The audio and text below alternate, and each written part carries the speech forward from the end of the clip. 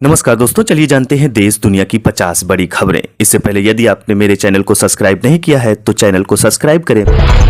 भोले बाबा के सत्संग में भगदड़, 27 की मौत। हाथरस जिले में भोले बाबा के सत्संग के दौरान भगदड़ मच गई। अब तक 27 लोगों की मौत हो चुकी है। वहीं यह संख्या 50 पहुंच सकती है। बड़ी संख्या में लोग घायल हुए हैं, जिनका उपचार मेडिकल कॉलेज में चल रहा है। उत्तर प्रदेश के हाथरस जिले के सिकराऊ कस्बे के फुलरई गांव में मंगलवार को बड़ा हादसा हो गया।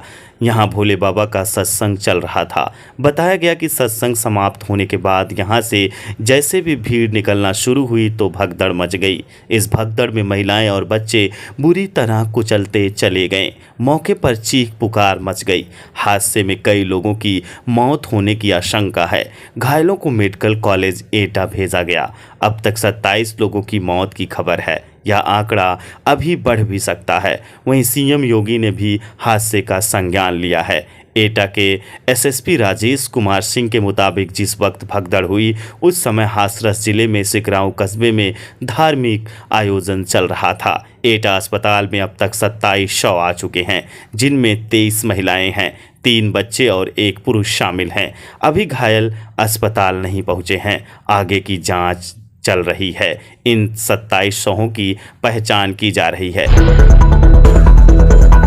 सरकार जरूरत पड़ने पर किसी के व्हाट्सएप मैसेज देख सकेगी। इस बड़ी वजह से लिया फैसला। टेलीकॉम एक्ट 2023 के कुछ हिस्से लागू हो गए। इससे आपात स्थिति में सरकार किसी भी दूरसंचार सेवा या नेटवर्क का नियंत्रण अपने हाथ में ले सकेगी।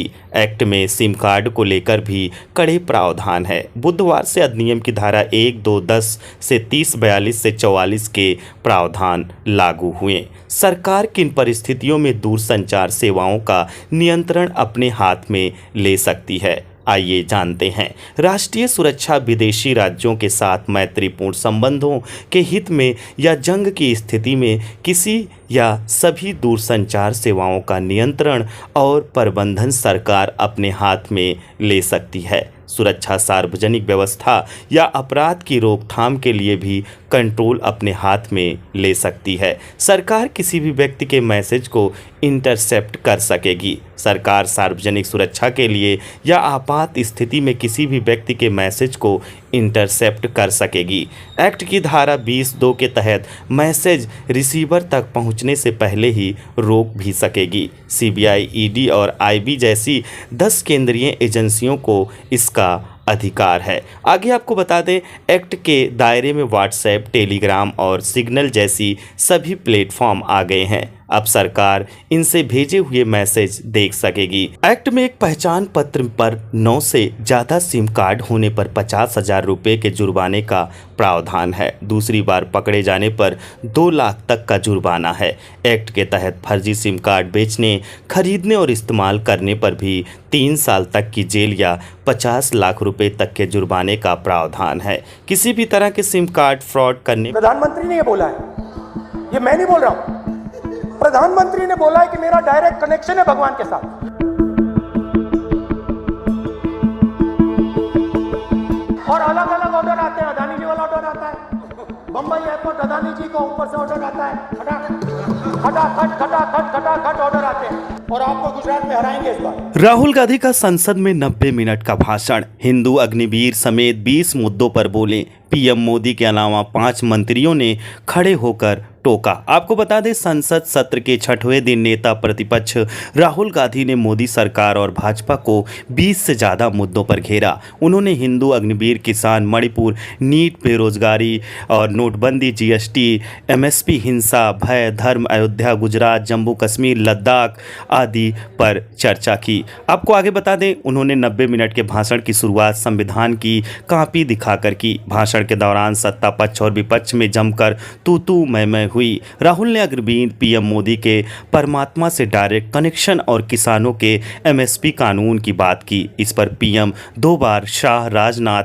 3 बार, शिवराज चौहान, किरण रिजिजू और भूपेंद्र यादव ने एक बार खड़े होकर टोका। आगे आपको बता दें कि राहुल के 3 बयान, जिन पर शाह, राजनाथ समेत 3 मंत्रियों ने जवाब दिया। राहुल ने कहा, हिंदू डर नहीं फैला सकते वार्ता बीजेपी डर फैला रही है। अयोध्या से शुरू करता हूं। राहुल के इतना कहने पर अमित शाह खड़े हुए, कहा नियम इन पर लागू नहीं होता। ये पूरी बीजेपी को हिंसा फैलाने वाला बता रहे हैं। हाउस ऑर्डर में नहीं है, सदन ऐसे नहीं चलेगा। भारतीय न्याय संहिता के तहत सेंट्रल दिल्ली के कमला मार्केट थाने में नए कानून के हिसाब से पहली एफआईआर दर्ज हो गई है। देर रात पेट्रोलिंग के दौरान पुलिसकर्मी ने देखा एक शख्स रेलवे स्टेशन के पास बीच सड़क पर रेहड़ी लगाकर पानी गुटखा बेच रहा था, जिससे लोगों को उसके जाने में दिक्कत हो रही थी। कई बार कहने पर वो नहीं माना और मजबूरी बताकर चला गया। मौके पर मौजूद पुलिसकर्मी ने उसका नाम पता पूछकर कानून बीएनएस की धारा 285 के तहत एफआईआर दर्ज कर जांच शुरू कर दी है।